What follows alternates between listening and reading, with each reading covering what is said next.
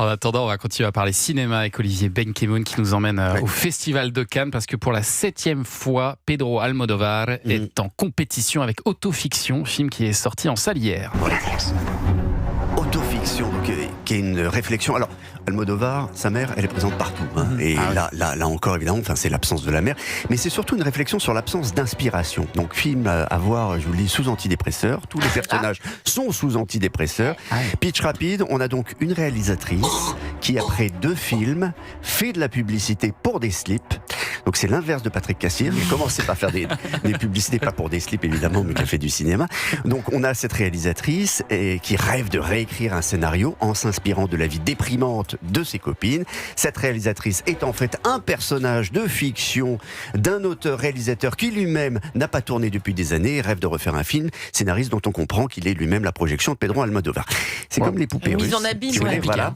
Même s'il a rajouté une histoire de pompier stripteaseur qui n'a absolument aucun intérêt, je le dis au milieu, ça ne suffit certainement pas pour sauver de l'ennui un film qui ne fait que se regarder un peu le nombril et manque de souffle. Franchement, je regrette parce que j'aime tellement Almodóvar que j'ai été très déçu. Si ça se trouve, il va remporter la Palme d'Or samedi soir. Possible. Peut-être qu'il faut plutôt revoir les anciens films d'Almodóvar du coup. Almodóvar, c'est la movida. C'est la movida.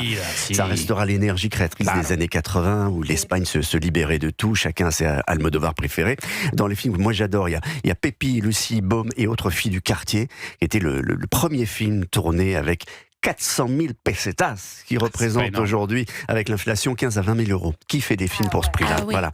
Dans les incontournables d'Almodóvar, il y a Femme au bord de la crise de nerfs, avec Carmen Maura. Mujeres al borde de la crisis de nervios. Bilingue, non? Quelque chose comme ça. Es magnifico. En actrice de doublage désespérée avec Banderas, avec Rosy de Palma, fidèle parmi les fidèles. Même la BA était foutraque. Du metteur en scène de renommée internationale Pedro Almodóvar, qui a réalisé une comédie follement délirante, n'épargne aucune victime, ne fait aucun prisonnier. Femme au bord de la crise de nerfs. Femme au bord de la crise de nerfs, film qui l'a fait connaître à l'international. Et j'ai une tendresse aussi pour Parle avec elle, sur la passion amoureuse d'une torera et d'un journaliste. Et puis il y a Volver. Volver. J'ai envie de chialer là. Rien que la musique. Vous savez qui chante? Penélope Cruz. Si, Volver, présenté à Cannes en 2006, qui avait remporté le prix du scénario et prix d'interprétation féminine partagé par les 6 actrices.